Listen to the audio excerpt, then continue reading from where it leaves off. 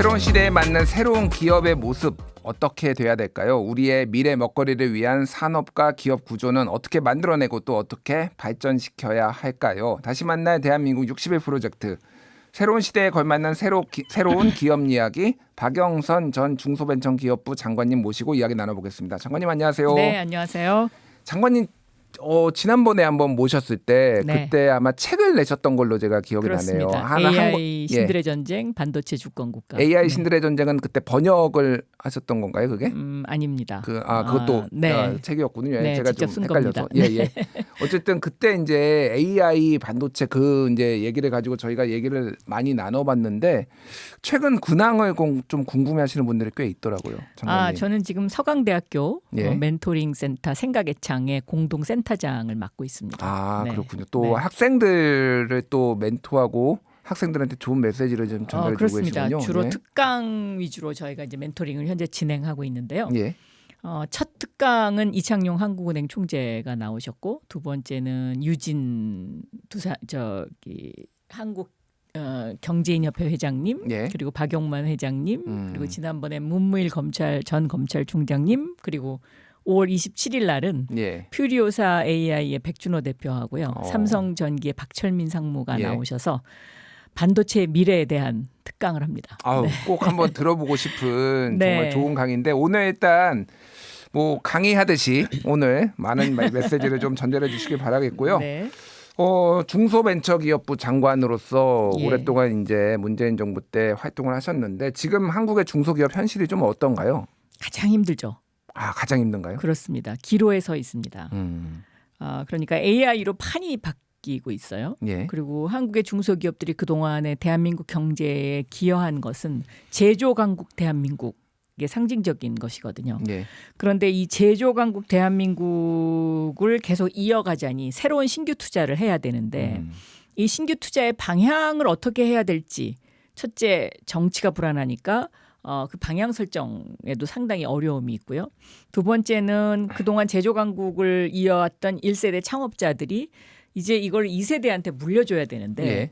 2세대들이 잘 안 하려고 하지 않습니까 요즘. 그래서 이걸 어떻게 해야 되나 해서 상당히 지금 그 갈등을 겪는 중소기업 사장님들이 굉장히 많이 계십니다. 그렇군요. 네. 좀 기로에 섰다 이렇게 네. 좀 보이는데 이제 사실 우리나라에 이제 뭐 이거를 대기업과 중소벤처기업부로 나누는 게 맞냐, 뭐 이거 합쳐야 된다, 뭐 이런 네. 얘기도 이제 기업 정책을 총괄적으로 해야 된다라는 얘기도 나오는데 대기업들도 사실은 많이 헤매고 있잖아요. 특히 이제 이 전자 쪽이나 그렇습니다. 이쪽에는. 네. 예.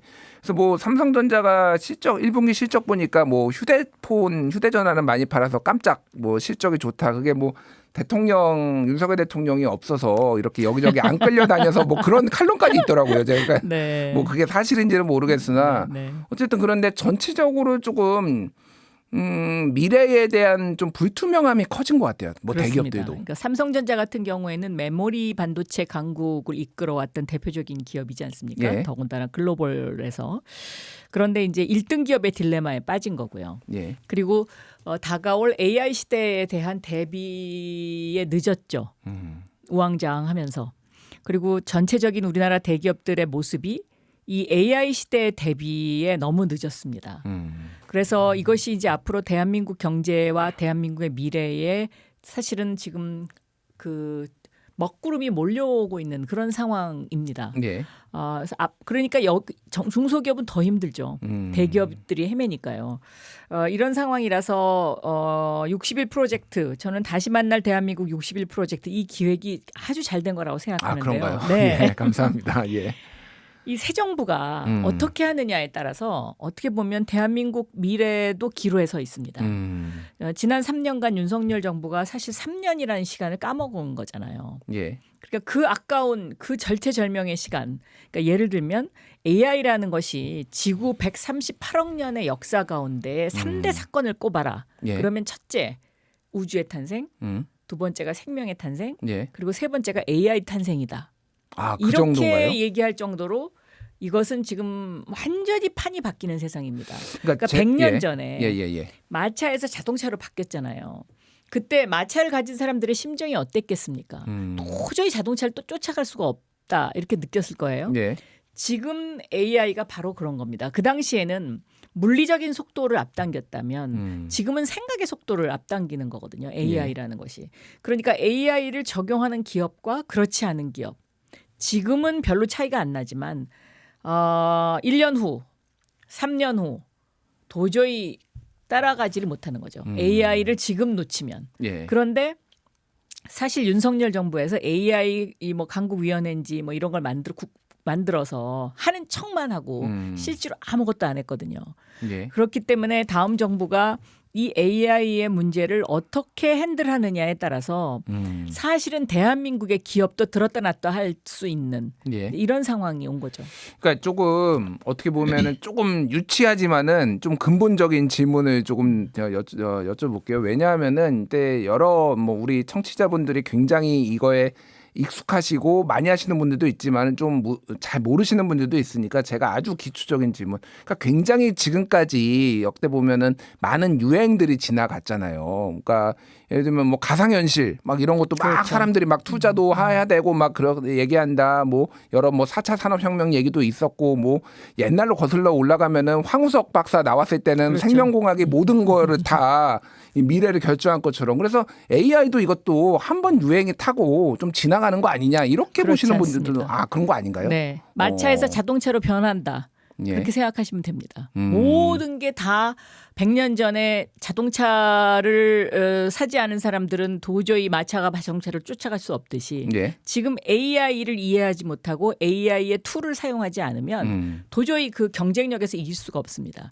AI 이퀄 생산성입니다. 그렇군요. 그러니까 예를 들어서 제가 그 반도체 주권 국가라는 책은 정말 전통적인 방법으로 책을 썼어요. 예, 예. 그런데 그 책을 정리하는데 한 6개월 걸렸습니다. 그런데 AI 신들의 전쟁이라는 책은 AI를 활용해서 책을 썼거든요. 예, 예. 딱 3개월 걸리더라고요. 아, 그러니까 그러셨군요. 그것만 봐도 벌써 3개월이라는 시간이 단축되잖아요. 예. 그게 생산성이죠. 그러니까 그 생산성을 쫓아가지 못하면 결국 그 기업이 망하게 되는 거죠. 네. 그렇군요. 그러니까 이거는 좀 뭐라고 해야 되나 사람이 이거를 거부하고 싶어도 할 수 없는 할 수 없는 네. 어떤 그렇습니다. 예, 역진적인 뭐 이런 그렇습니다. 방향성이다 네. 이렇게 네. 말씀하셨는데 자 그러면은 최근에 이제 그 퓨리오사 AI 네. 이게 좀 많이 주목을 받았어요. 그렇습니다. 이재명 후보가 또 여기 방문을 해가지고 네. 또 주목을 받았고 장관님께서 또 이제 페이스북이나 이런데 내가 이거 만든 것 뭐 내가 네. 키운 거다 뭐 이렇게 그러니까 이렇게 된 겁니다. 중소벤처기업부에서 당시에 이제 제가 반도체를 설계하는 설계 스타트업을 좀 키워보자. 예. 그래서 삼성하고 SK하이닉스에 오파를 했었습니다. 음. 근데 SK하이닉스는 처음부터 못하겠다고 했고 삼성은 한 6개월 검토하다가 못하겠다고 했어요. 예. 그래서 제가 그러니까 손정희 회장이 가지고 있는 반도체 설계업체죠. 암에다가 이야기를 했더니 바로 그 다음 날 우리가 전액 다 되겠다. 그래서 그럴 필요 없습니다. 예. 중기부 20억, 암에서 20억 해서 암의 오픈 소스를 활용해 가지고 설계할 수 있는 스타트업 10개를 선정을 했는데요. 그중에 뽑힌 회사가 퓨리오사 AI, 리벨리온 이런 회사들입니다. 예. 그러니까 어떻게 보면 그 당시에 중기부가 20억을 투자했는데 R&D 자금으로 그 20억을 투자해서 1조 회사를 만들었다. 이렇게 보시면 될 것 같습니다. 그렇군요. 네. 그러니까 이게 네. 어차피 이제 모든 기업이 다 성공할 수는 없잖아요. 그렇습니다. 그러니까 네. 여러 가능성이 있는 벤처 이제 뭐 이런 작은 기업들, 중소기업들에 투자를 하고 그 중에서 이제 어떻게 보면 하나 한두 개가 이제 경쟁력이 있어서 성공하는 건데 그런 시스템을 그러면은 이제 장관님께서 조금 주목을 좀 정부 차원에서 주도를 해야 된다라고 주목을 하셨던 거네요, 그 당시에. 그렇습니다. 왜냐하면 그 당시에는 그 디지털 경제로의 대전환이라는 것이 문재인 정부에서 해야 할 가장 중요한 이슈라고 저는 봤고요. 예. 그렇기 때문에 저는 중소벤처기업부 장관을 하면서 첫 해는 작은 것을 연결하는 강한 힘. 그래서 이제 작은 것들을 연결해서 힘을 키우고 두 번째 해에는 디지털 경제로의 대전환이라는 슬로건 아래서 어떻게 대기업의 자본과 스타트업의 기술력을 결합시키느냐의 문제를 고민하고 있었거든요. 예. 그래서 그 결합의 문제를 고민하다가 이제 여러 가지 프로젝트를 했었는데 그 중에 하나가 이거였죠. 그렇군요. 네, 반도체 설계 회사를 키우는 거. 그러니까 퓨리오사 AI가 지금 반도체 설계 회사인데 우리가 이제 궁금한 게 사실 문외한들이 많으니까 다시 기초적인 질문을 반도체를 설계를 하는 거는 삼성전자도 하는 거 아닌가요? 설계팀이 있긴 있죠. 예, 예. 설계팀이 있는데 이제 그 삼성전자가 하는 설계는 메모리 반도체를 만드는 지금까지는 주로 거기에 주력을 했던 것이고요. 예.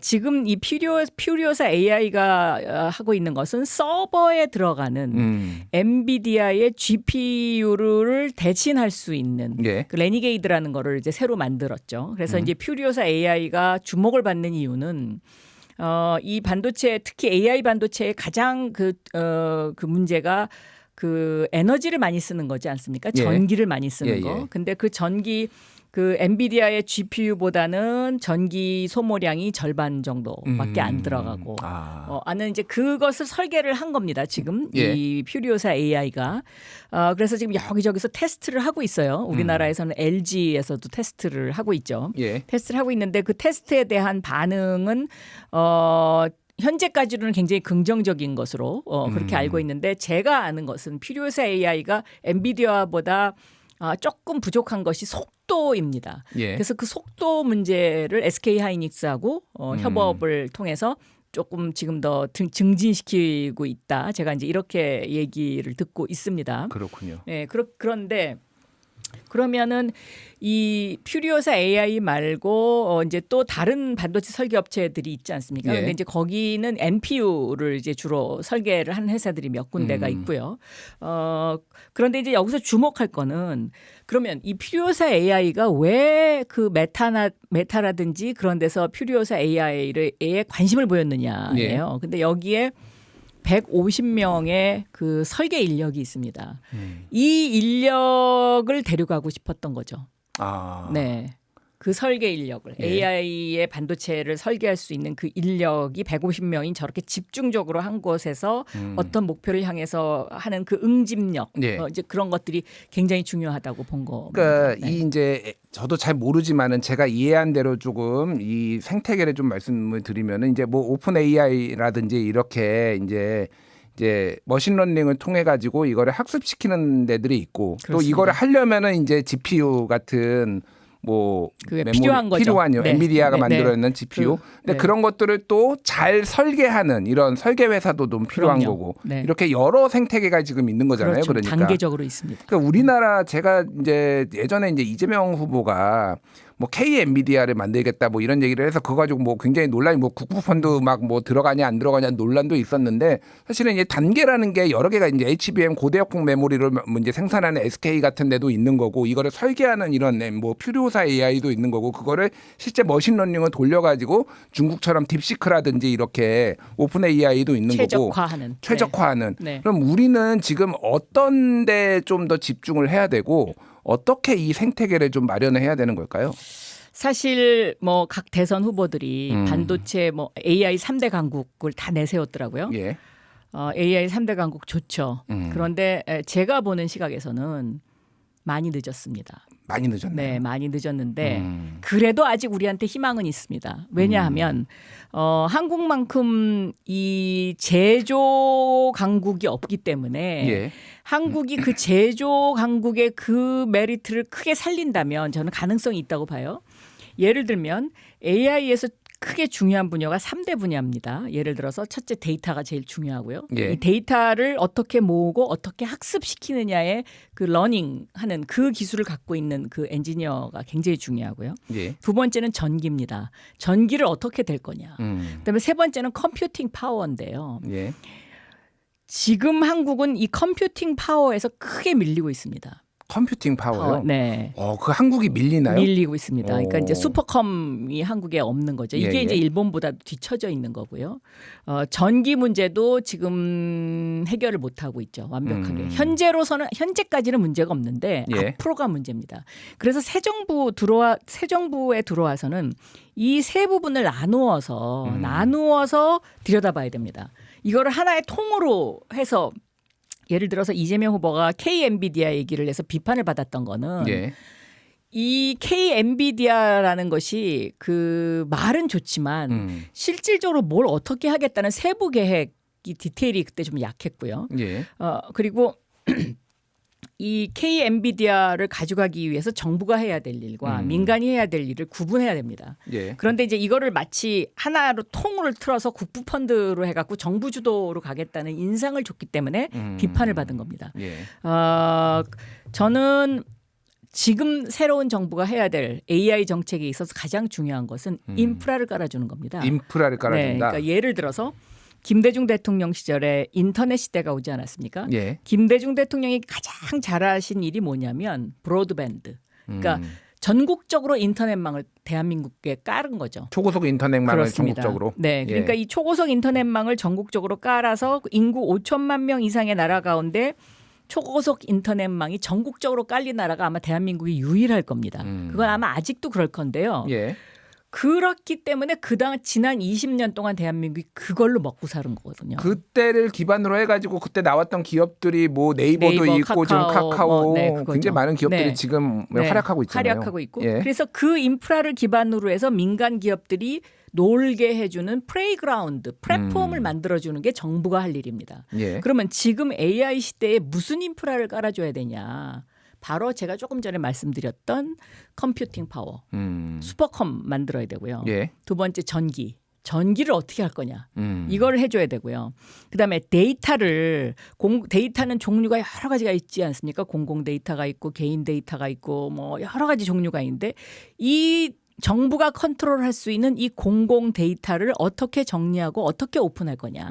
이런 부분에 대한 것을 정부가 해야 될 일인 거죠. 하나씩 제가 짧게 여쭤볼게요. 네. 그 데이터 문제는 여러 전문가들이나 뭐 그 업계에 계신 분들이 얘기하는 거는 지금 한국의 파지티브 규제가 문제가 있다. 네거티브 규제라고. 네거티브 네. 규제라고 하는 거는 요것만 하지 말고 나머지는 다 해봐. 해도 된다. 이렇게 되는 건데 우리나라는 지금 이것만 해라. 할 수 있는 것만 이렇게 네. 딱딱딱 해가지고 그게 굉장히 네. 지금 불만들이 있는데 이게 이제 개인정보 보호 문제가 상당히 있는 거잖아요. 그 문제는 좀 어떻게 해결해야 될까요?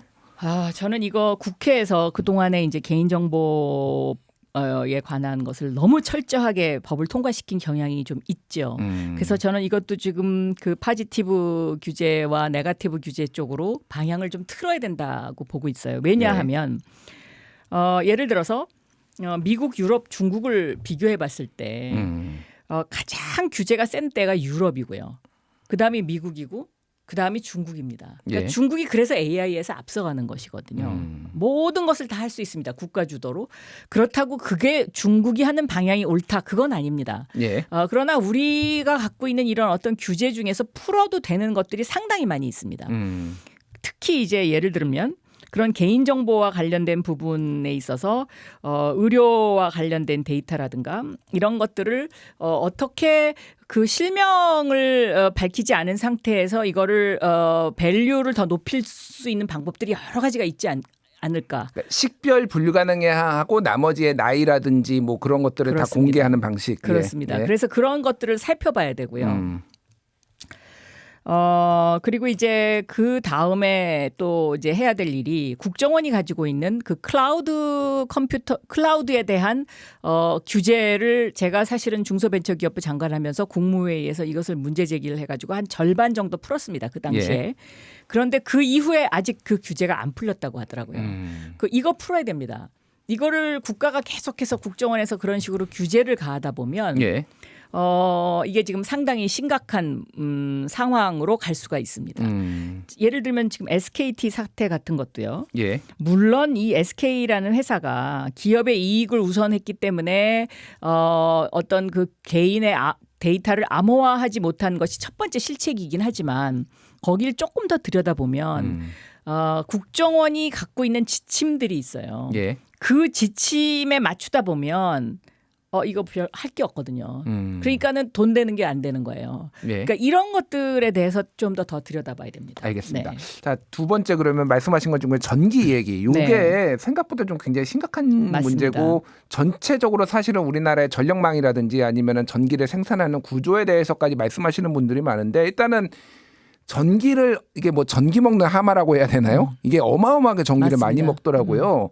이거를 그럼 어떤 식으로 지금 우리나라의 또 문제가 전기를 생산하는 곳과 사용하는 곳이 좀 거리가 멀어가지고 이 송전망 문제도 상당히 심각하고 여러 가지 좀 난점들이 있는데 어떻게 이거는 좀 해결해야 되나요? 그러니까 지금 현재 전기가 남아도는 곳이 호남 지방이고요. 예. 그리고 이제 경북 지역이 전기가 남아 돌죠. 원자력 발전소가 좀 그쪽에 집중적으로 있죠. 네. 그런데 사실은 이 전기가 남아도는 곳에 데이터 센터가 가는 게 원칙적으로 맞죠. 그런데 윤석열 정부에서 용인 클러스터를 만들었어요. 예. 그럼 이 용인 클러스터는 인력 문제 때문에 여기다 만든 거거든요. 특히 이제 삼성이 민원을 아마 많이 했을 겁니다. 왜냐하면 SK 하이닉스가 이천에 공장이 있으니까요. 예. 그런데 이 용인 클러스터 같은 걸 용인 클러스터의 예를 들면 용인 클러스터에 처음에 정부가 계획한 게 10기가와트가 필요하다는 거였어요. 그런데 지금 현재 설계되어 있는 건 3기가와트밖에 안 돼요. 예. 그러니까 천연가스를 이용해서 전기를 공급하는 분량이 3기가거든요. 그럼 나머지 7기가를 어디서 데려올 거냐. 이거가 지금 아직 확실하게 나와 있지 않습니다. 예. 그러면 전기 공급이 안 되면 그 클러스터도 결국은 못하는 거거든요. 그래서 이런 부분을 새 정부가 풀어야 되는 난제입니다. 아니 뭐 그래서 뭐 서울에 원자력 발전소 지어야 되는 거 아니냐 뭐 일부에서는 약간 그러니까 왜냐하면 저도 뭐 현실성은 없다고 보는데 왜냐하면 한국에서는 전기를 생산하는 곳과 소비하는 곳이 너무 거리가 멀고 맞습니다. 지역별로 이게 또 불균형이 심하고 그러니까 왜 원자력 발전소는 그러면은 다 저기 경남이나 이쪽에만 지어야 되느냐 뭐 이런 불만 섞인 말 목소리까지 나와서 제가 전해드린 거고 어쨌든 이거를 해결을 하는 게 단시간 내에 안 되잖아요. 그럼 화력 발전소를 또 지어야 되면은 탄소를 줄이는데 이런데 조금 역행하는 거고, 예, 그렇다고 한꺼번에 태양광 발전소를 뭐 그렇게 빨리 지을 수 있는 것도 아니고, 그렇습니다. 예, 여러 문제가 물 문제도 얘기가 많이 나오거든요. 그럼요. 이 이제 반도체의 3대 요소가 사람, 전기, 물이거든요. 그런데 그 동안은 물 문제가 다 그냥 아주 꾸역꾸역 힘들게 해결이 됐죠. 지금 예를 들면 남한강, 그러니까 용인도 이제 사실은 SK 하이닉스가 저것이 이제 허가가 난 게 문재인 정부로 제가 2019년이거든요. 그럼 지금 6년이 지났는데 지금도 아직도 공사하고 있잖아요. 저게 이제 물 문제가 해결이 안 돼서 그동안 그랬던 거죠. 지금은 해결이 됐다고 해요. 해결이 돼서 이제 뭐 공사가 다 진척이 빨리빨리 된다 뭐 이렇게 얘기는 하는데 이 물 문제도 굉장히 심각하죠. 그래서 일본 같은 경우에는 홋카이도에다가 지금 반도체 클러스터를 만들고 있는 거죠. 왜 홋카이도가 물이 풍부하고 전기는 다 재생에너지를 쓰니까요. 그런 이제 그 국가 간의 어떤 그 경쟁에서 지금 한국이 완전히 밀리고 있는 거죠. 그렇군요. 네, 그리고 네, 정부에서도 준비도 덜 됐고. 사람, 과학자 얘기를 좀 여쭤볼게요. 그러니까 지금 윤석열 정부 때 이제 뭐 이제 이거 과학 예산을 상당히 삭감을 하고 R&D 그래가지고 예산. R&D 예산을 삭감을 해가지고 지금 과학계가 거의 이제 붕괴됐다시피 굉장히 많은 분들이 성토를 하고 그랬는데 뭐 일부 이제 뭐 여러 가지 대안들도 나오고 뭐 이준석 후보는 뭐 과학자 연금 뭐 이런 것까지 지금 공약으로 내걸고 그랬더라고요. 지금 굉장히 많은 인재 유출도 있고 지금 이런 것들은 좀 어떤 식으로 해결해야 될까요? 첫째 R&D 체계를 고쳐야죠. 그러니까는 윤석열 정부에서 R&D 자금을 깎았던 거는 정말 어리석은 거고요. 예를 들어서 이제 저는 그 R&D 자금을 제공하는 방식을 지금과 같은 정부 컨트롤 방식으로는 굉장히 이제 앞으로는 힘들다.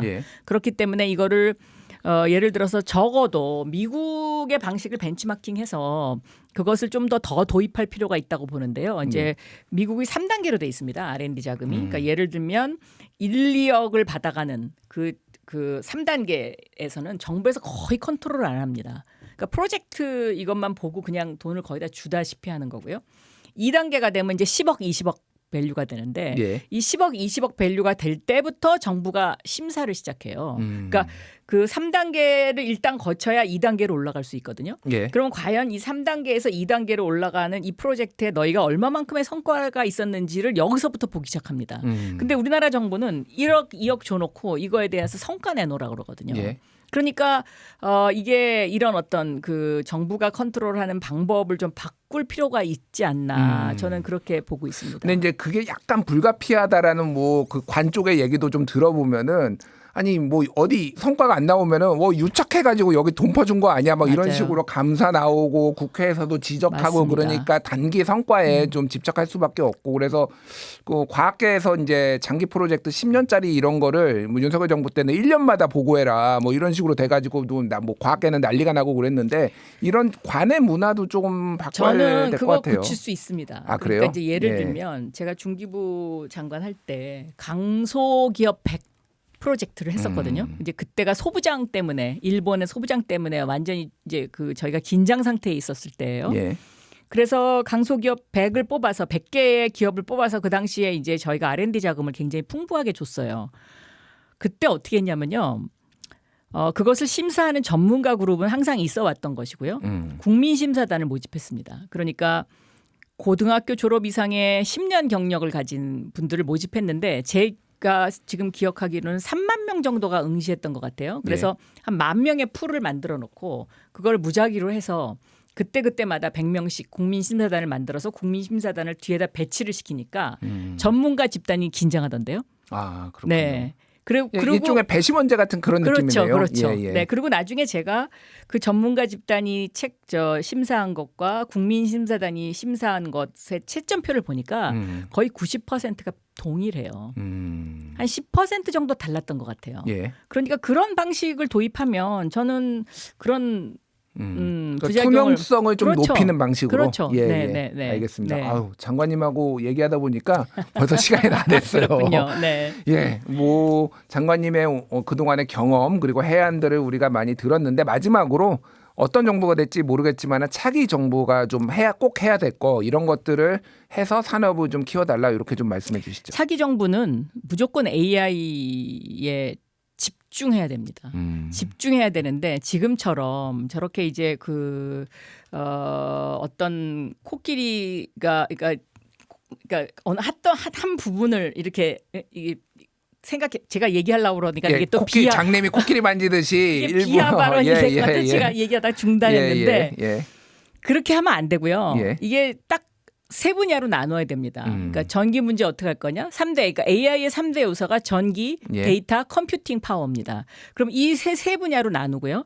특히 이제 아마 새 정부 그러니까 이재명 후보 쪽에서는 과학기술 AI 부를 부총리로 승격시킨다. 이렇게 이제 안을 갖고 있는 걸로 제가 알고 있어요. 예. 그런데 이 AI라는 거는 사회 모든 전반에 다 이게 영향을 미치는 거기 때문에 이거를 과학기술부 쪽으로 과연 붙이는 것이 맞냐.